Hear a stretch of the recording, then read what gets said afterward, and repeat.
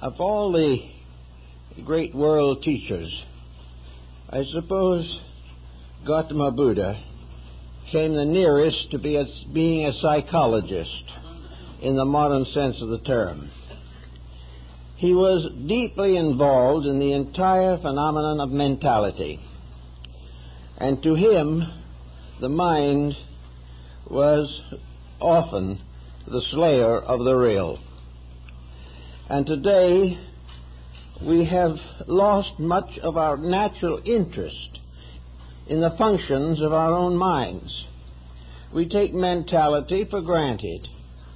We are assuming that we have certain mental allotments of abilities or debilities, and we must live with them.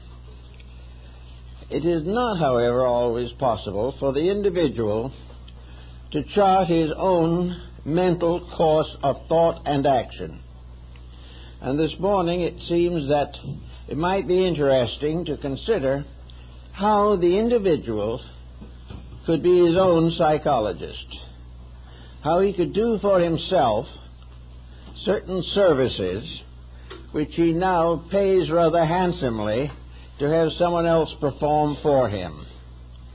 We have long taken the attitude that we must never do things that we can pay someone else to do. But now, with the present high cost of living and the cost of high living, we are reviving in some of our natural individuality. The mind, according to Buddhism, is a machine very much like a native natural computer. The mind computerizes not as the result of a mechanical structure, but as a result of a living, vital integration of values and processes and resources. The mind is a living instrument. It is not something that you turn on and off. It's not something you buy spare parts for. It is, however, a constantly functioning, ordering mechanism. It has the power of recording and perpetuating records. It can bring out things that are long forgotten. It can accomplish the most most involved processes in memory, thought, things of this nature. So it really is a tremendous instrument in its own right. To use this instrument, perhaps it is best, again, to see how Buddha summed the matter up. He points out that the mind itself has 6 essential functions. It is a machine. It is not the soul. It is not the spirit. It is part of the structure that has been created to protect the human being in his mortal existence in the kind of world we live in now.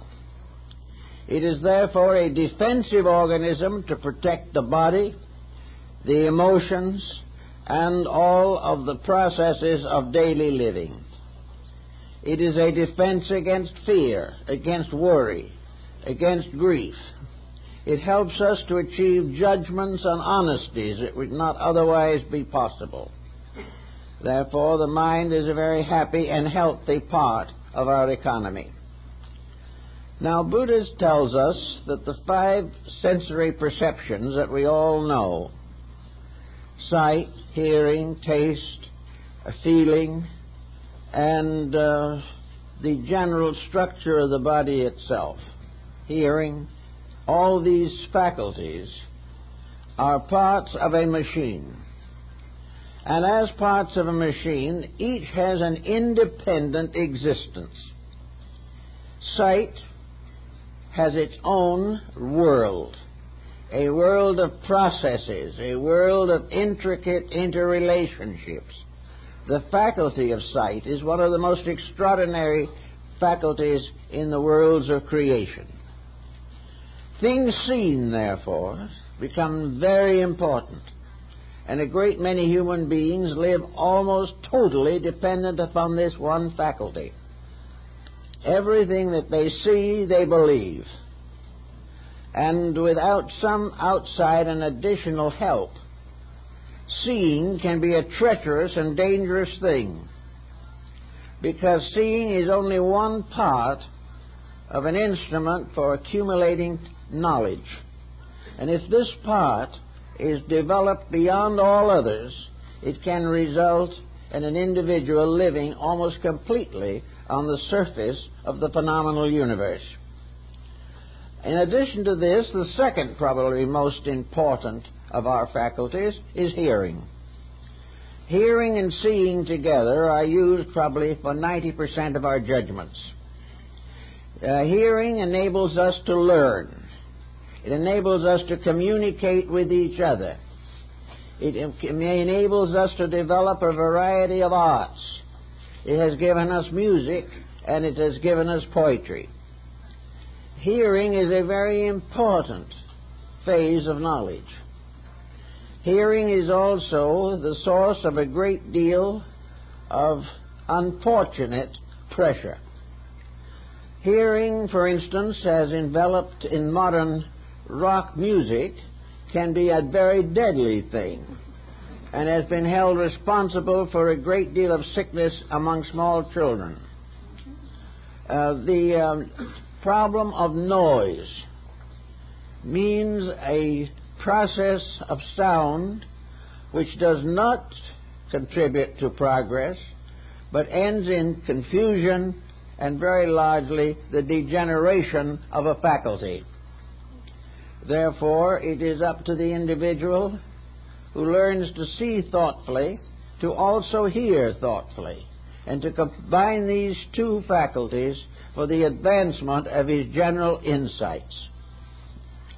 In addition to this, of course, we have specialized faculties, such as taste. The power to taste various flavors can be defensive.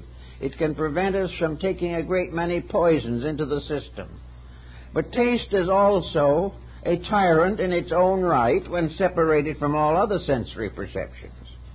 Taste can give us the epicure. It can give us the individual to whom food and drink are the most important things in the world. Taste also is a first line of resistance to nutritional balance. It helps us to keep on eating things that are not good for us. And if taste is allowed to run its own course without discipline by any other faculty, it can lead us into all kinds of physical dilemmas. So we have to give it only proper consideration. The sense of smell is also a very useful aid to things, and it is particularly strong in the development of the animal world. The animal depends upon scent for a great deal more than we do. But even with the human being, pleasant odors, perfumes, incense, and things of this nature are a pleasure to the individual, and sense of smell also warns of decay, deterioration, and various unhygienic circumstances which can cause trouble. Therefore, it also is one of the guardians of the body, the mind, and the emotions. The sense of feeling is also rather generally considered. Today, we are not as acute in feeling as we used to be.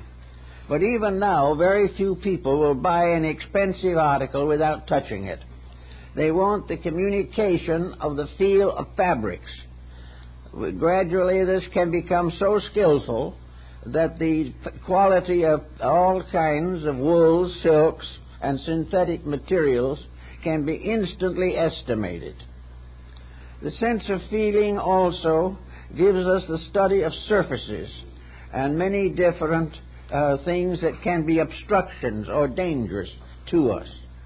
Feeling can tell us when we have something in our hands that is sharp or could injure us.